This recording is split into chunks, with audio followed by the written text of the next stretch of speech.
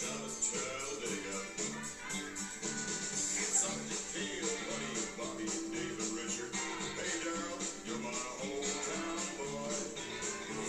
in our wild welcome offer at Foxy Bingo.